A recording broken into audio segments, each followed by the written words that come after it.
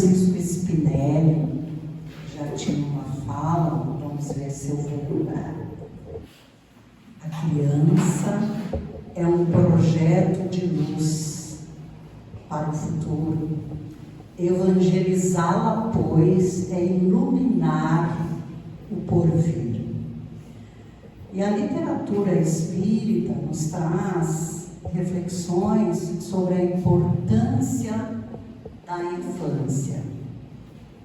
Emmanuel, no livro Religião dos Espíritos, ele faz uma narrativa do período pré-nascimento, onde a alma estrutura o seu programa de renascer, auxiliado por benfeitores espirituais. E Emmanuel coloca no livro Religião dos Espíritos, psicografado por Francisco Cândido Xavier, que nesse período do projeto, até mais ou menos 7, 8 anos, a criança passa por 3.000 dias de sono induzido ou hipnose terapêutica, onde a memória passada está parcialmente adormecida, para que nós, pais, responsáveis por esse infante, possamos semear no solo do coração infantil as diretrizes morais do Evangelho, as virtudes. E a criança é um ser em formação ainda. E o período mais propício para educar é a infância. Conta a literatura que certa vez o mestre Pestalozzi estava lá na instituição no seu trabalho diário, quando a moça que trabalhava com ele diz: mestre, tem uma senhora ali procurando e ela diz que gostaria de falar. E Pestalozzi delicadamente pergunta: adiantou o assunto? Não. Faça entrar, acomode, que eu já vou atendê-la. Então ele se aproxima da sala onde está a senhora e vê uma jovem mulher com os olhos baixos, grudado no tapete. E ela ergue a cabeça pelo som dos passos de Pestalozzi. Ela cumprimenta o mestre e numa pressa, numa ansiedade, ela lança a pergunta para ele: mestre, você que entende de ser humano, de humanidade, eu estou em grande dúvida. Qual é a idade ideal para se educar uma criança?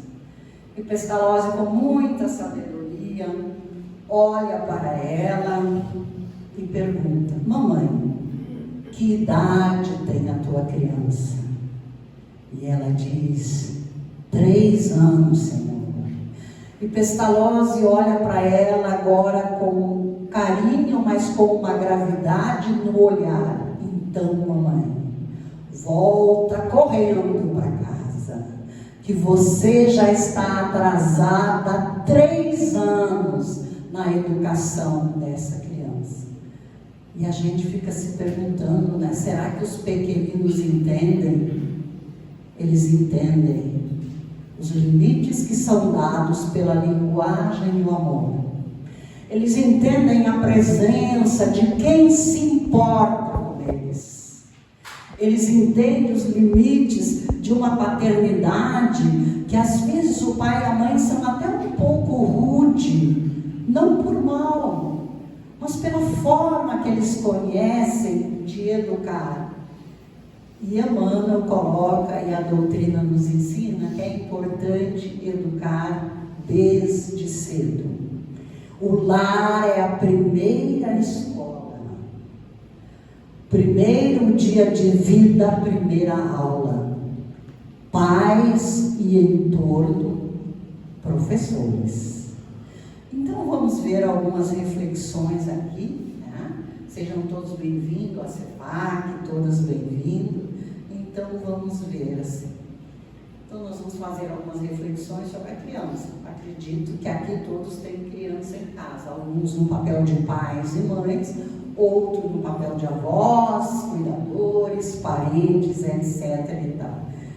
E a gente fica se perguntando, né, quem é a criança, esse ser tão pequenino que nos preocupa tanto, que exige tantos cuidados. A sutileza, a não maturidade é do encanto infantil.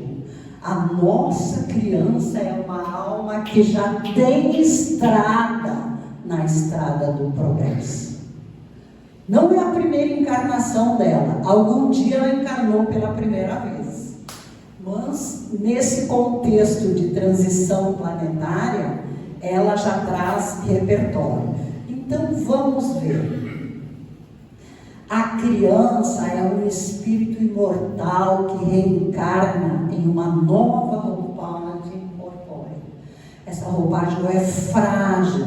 A memória do passado parcialmente adormecida carrega em seu íntimo inúmeras possibilidades que, para se manifestarem, necessitam de amor, presença dos pais ou responsáveis, limites e educação moral. O lar é a primeira escola, os pais e responsáveis, os primeiros professores. Então é um ser imortal que volta. Vamos lembrar aqui do Evangelho segundo o Espiritismo, capítulo 14, que fala do honrar pai e mãe. Tem um contexto lá dentro. Ó espíritas, compreendei o seu papel. Compreendei que quando gerais um corpo, essa alma vem do espaço para progredir. E compete à vossa paternidade, maternidade, aqueles no entorno, reaproximar essa alma de Deus. E mais adiante tem um parágrafo. Se há muita animosidade entre pai, mãe e filho, da parte do filho, ou entre os filhos da parte dos pais, o Evangelho recomenda que a gente reflita. Já caminhamos juntos, em algum ponto da estrada do progresso. Com certeza, eu a magoei muito, mãe que está pensando, o pai também, e o filho que já entende o processo, também pode refletir dentro da sua linguagem infantil. Então, compete a nós rogar força para Deus para levar a termo a educação dessa filiação que nos foi concedida. Hermínio Miranda tem uma obra, Nossos Filhos São Espíritos, e lá num trechinho ele coloca: nossos filhos não são nossos. Nossos filhos são almas divinas que Deus confiou à nossa guarda de paternidade, de maternidade, de cuidador. Porque o Criador sabia que nós reunimos as condições para levar adiante esse processo educativo. E nós podemos estar pensando: mas a vida no lar é difícil. Ninguém disse que era fácil, mas não é impossível. Deus não nos deixou só nesse mistério. A doutrina dos Espíritos nos ensina que a cada um de nós foi legado um espírito bom, com um entendimento maior que o nosso, que nós podemos chamar de espírito protetor ou anjo guardião, cuja função é nos cuidar, nos intuir, nos proteger. Nós temos um conhecimento espírita que fala sobre o porquê da vida, sobre o progresso, sobre a necessidade de reencarnação. E nós temos a casa espírita aqui, que nos oferta semanalmente a palavra do Evangelho e o princípio espírita, fortalecendo-nos em meio às nossas dores e às nossas mazelas. E nós temos o livro comum, informa, atualiza, traz conhecimento. O livro espírita ergue as almas e fornece subsídio para equilíbrio individual. Então nós não estamos muito solitários nesta tarefa, né? É desafiadora, é. Então, continuando aqui, o coração infantil é uma lavoura abençoada à espera da semeadura dos valores morais contidos nos princípios espíritas luarizados pelo Evangelho do Nazareno.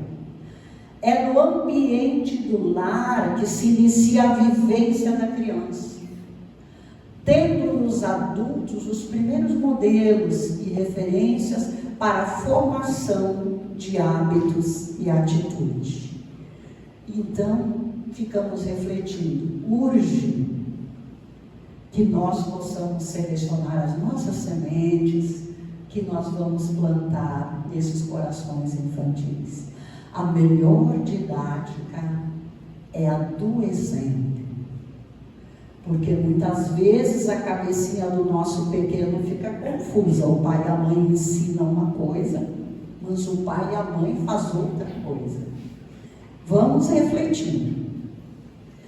E aqui o trecho do livro Religião dos Espíritos, que eu já tinha feito uma abordagem antes, onde Emmanuel, o Espírito, nos diz o seguinte: temos assim mais ou menos 3.000 dias de sono induzido ou hipnose terapêutica, a estabelecerem enormes alterações nos veículos de exteriorização do espírito, as quais, acrescidas as consequências dos fenômenos naturais, de restringimento do corpo espiritual no refúgio uterino, motivam o entorpecimento das recordações para que se alivie a mente na direção de novas conquistas.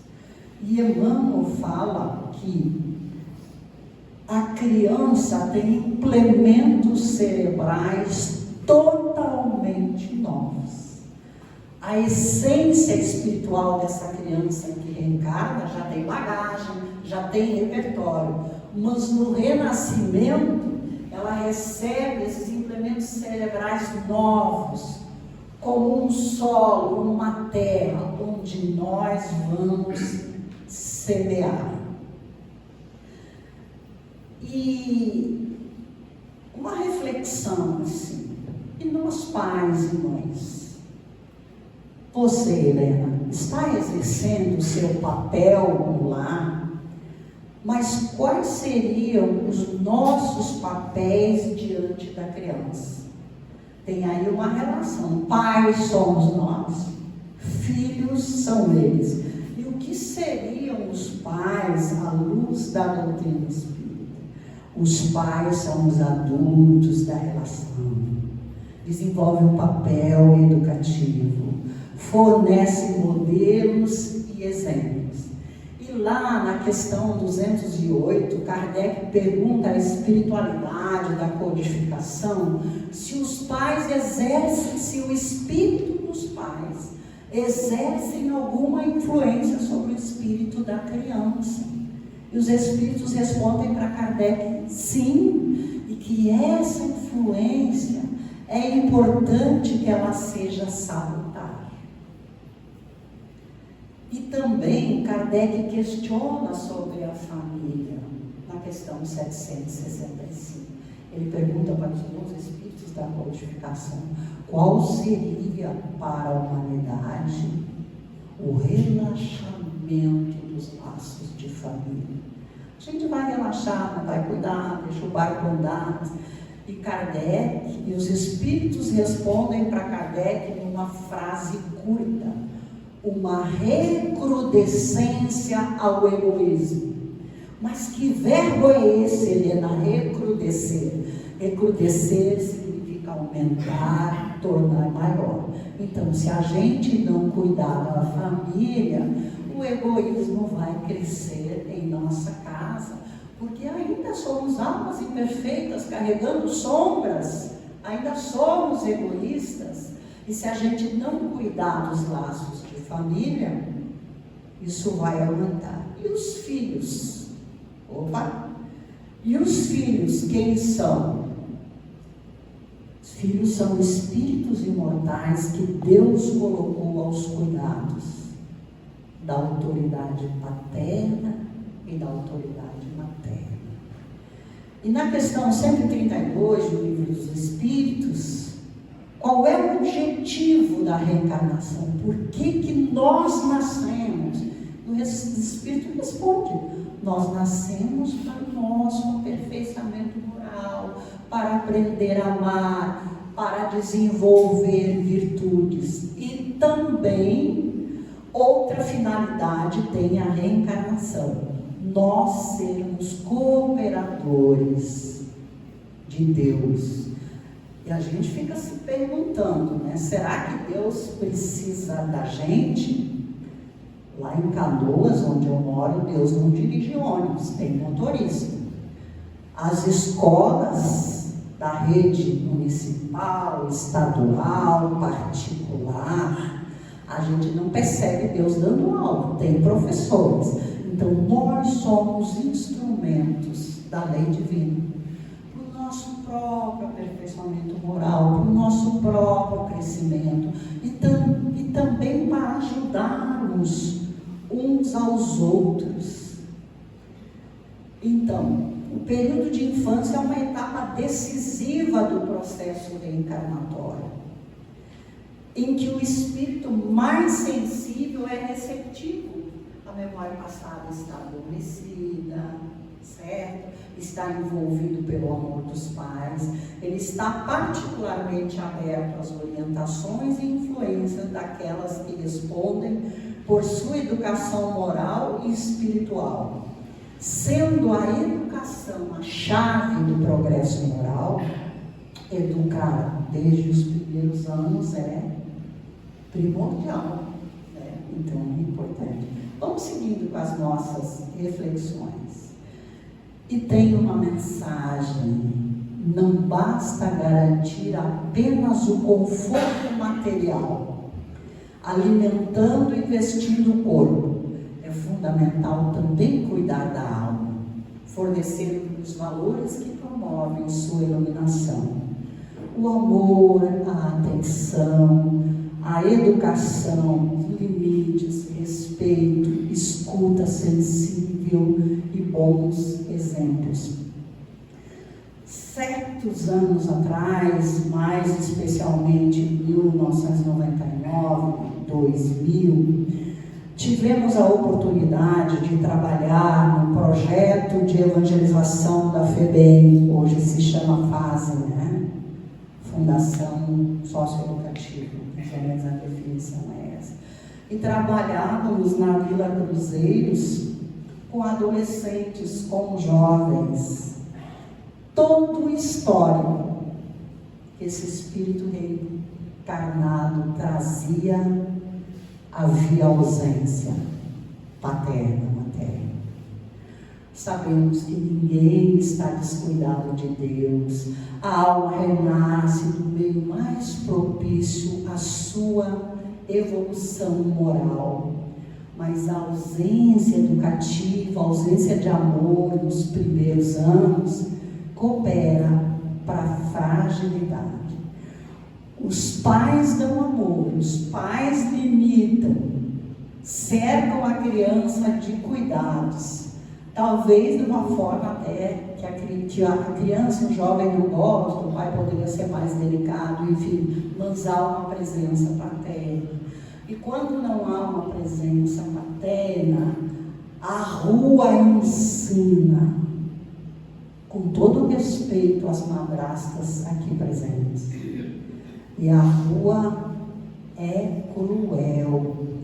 E a gente costuma dizer que a rua não é uma mãe, é uma madrasta. abre-se uma janela. Existem bilhões de madrastas no mundo, excelentes, que dedicam amor às tutelas que ela herda. Porque na rua fica difícil para aprender.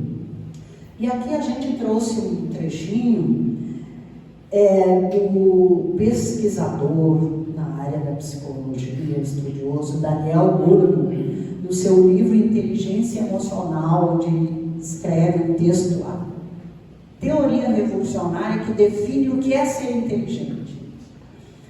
Então, essa biografia no Rio de Janeiro, da Objetivo, em 1995. E ele traz duas falas assim que é bem interessante, né? Esse o Daniel Goleman. A vida em família, onde iniciamos a aprendizagem emocional. Nesse caldeirão íntimo, aprendemos como nos sentir em relação a nós mesmos, como os outros vão reagir a nossos sentimentos, e aprendemos como avaliar nossos sentimentos e como reagir a eles. É naquele contato familiar mais íntimo, né, que as emoções da criança vão se formando. Aprendemos como interpretar e manifestar nossas expectativas e temores. E para fechar a fala dele, aprendemos tudo isso não somente através do que os nossos pais fazem e dizem, mas também aprendemos através do modelo que oferecem eles quando lidam com seus próprios sentimentos, com aqueles sentimentos que se passam na vida conjugal. Alguns pais são professores emocionais talentosos, outros pais são professores emocionais atrozes. O que o Daniel Goleman está querendo dizer? Que nós vamos criando um ambiente de emoção ali, que isso vai dando segurança ou fragilidade para a criança, certo? Alguns de nós pais já gerenciamos isso com equilíbrio, outros têm mais dificuldades. Vamos assim. A gente fica, às vezes, comparando a nossa criança com os concertos do mundo. Ninguém comparou aqui, então foi só eu que comparei. Que a gente fica pensando, né? Não nasceu com manual de instrução, não tem uma chave de fenda para apertar esse parafusinho. Ninguém pensou? Então eu pensei sozinho, sem problema. No kit para coisas, a gente vai ter uma caixa de ferramentas, a gente vai ter um manual de instrução, e quando a gente compra eletrodoméstico, um vestuário, dá uma leia antes das instruções, né? Pode lavar, tem que lavar seco, pode pôr no sol, tem que enxaguar assim, e também tem avisos de perigo nos objetos. Leia o manual de instruções. A criança não é uma coisa, a criança é um espírito divino com nova chance. Eu tomei a liberdade de chamar kit da educação. E elencamos assim 9 itens. Compreensão espiritual da filiação. Vai nos ajudar muito como pais e mães compreendermos que o nosso filho é uma alma imortal. Ele tem passado, ele tem vivência. E que essa encarnação é uma das inúmeras chances que ele vai ter. Então é necessário a gente tentar descobrir qual é o nosso papel de pai, o que a gente pode fazer para esse pequeno. E ele vai necessitar de educação moral e evangelização no lar. Que educação moral é essa? São as ofertas de Jesus. Misericórdia, esperança, indulgência, perdão das ofensas e evangelização no lar. O evangelho no lar. Com certeza, na doutrinária falaram que a gente tem um momento de evangelho, né? Que a gente se conecta, né? Irmão, com a casa. Eu vi alguém aqui na hora das irradiações falando. Evangelho no lar é reunir a família em dias e horas certos. Se ninguém quer fazer, fizemos só. Uma leitura em voz alta, não uma leitura gritada. E estudar a mensagem de Jesus. Estudar o Evangelho segundo o Espiritismo para nós espíritas. Que pode ser desde a primeira capa até o fim em sequência ou aberto ao acaso. Prece inicial, leitura evangélica. Prece final, momento breve de radiações. Pode colocar ali vasilhando um jarro com águas para fluidificar. Vivência das virtudes cristãs. Então, tudo aquilo que nós estamos ansiosos para ensinar aos nossos pequenos, e muitos têm necessidade de muito ensino, muito a presença, é importante que a gente tente vivenciar isso primeiro. Ainda tem uns minutinhos, segundo o irmão que me passou, é 5, né? 5 menos 1 dá 4, menos 1 dá 3, é 5 ainda, né? Então, essa vivência de virtude. Exemplo, se nós queremos que a criança use o guardanapo depois da refeição, a gente senta-se à mesa ali com o nosso filho, nosso pequeno, e usa o guardanapo, não vai precisar nem ensinar. Agora, se a Helena senta na mesa com o filho pequeno e limpa a boca na ponta da toalha, e o guardanapo ficou lá, ele vai aprender a limpar a boca na ponta da toalha. Então, prece em família. A prece é o sentimento que liga a criatura que somos nós, ao Criador que é Deus, aos bons espíritos, a Jesus, a Maria Santíssima. Então, criar um hábito de oração em família é importante. Dentro do Evangelho no Lar já tem a prece, mas se a gente puder dar um exemplo de oração ao acordar, ao dormir, para o pequeno. Estudo contínuo da doutrina espírita para nós adultos, para compreendermos o porquê da vida, o porquê das dores, e para a nossa criança e o nosso jovem, esse estudo é feito na evangelização espírita infanto-juvenil. Evangelização infanto-juvenil, já colocamos aqui, parceria com a escola. A educação vem de casa. O estabelecimento escolar coopera na alfabetização, na localização dos povos através da geografia, no conhecimento da história desses povos através da história, etc, etc. Então é importante que o pai seja parceiro da escola. Tem uma cadernetinha na mochila que vem, né, com aqueles apontamentos. É de bom ouvido que a gente ouça o lado do professor e também ouça o lado da criança. E, para finalizar, linguagem de amor e respeito. Então, nós somos os adultos da relação. Os nossos filhos precisam ser amados, precisam ser respeitados, precisam ter limites, sim.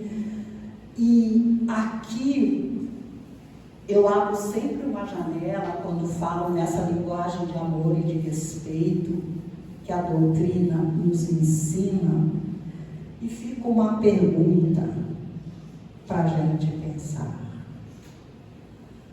Qual é a origem dos feminicídios que avançam de forma desenfreada? Será que tem alguma coisa a ver com a educação do menino nos primeiros anos, colocando para ele que a mulher merece respeito na linguagem infantil, nas coisas pequenas. Então, uma linguagem de não violência. Para fechar, já, cuidemos da criança, exercendo a paternidade com fé, equilíbrio, convictos de que a providência divina não nos impõe encargos acima de nossas forças, que sustentados pela oração e pela luz do Evangelho, possamos orientar nossos filhos com amor, firmeza, discernimento, auxiliando. Aqui é o mesmo slide, só grifei uma ênfase: cuidemos da criança exercendo a paternidade com fé e equilíbrio, e sustentado pela oração e pela luz do Evangelho, caminhando para o fim já, tá? Então aqui tem duas coisas, uma da direita e outra da esquerda, e aquele sinal no meio não é hashtag, indica diferente. A casa é diferente do lar.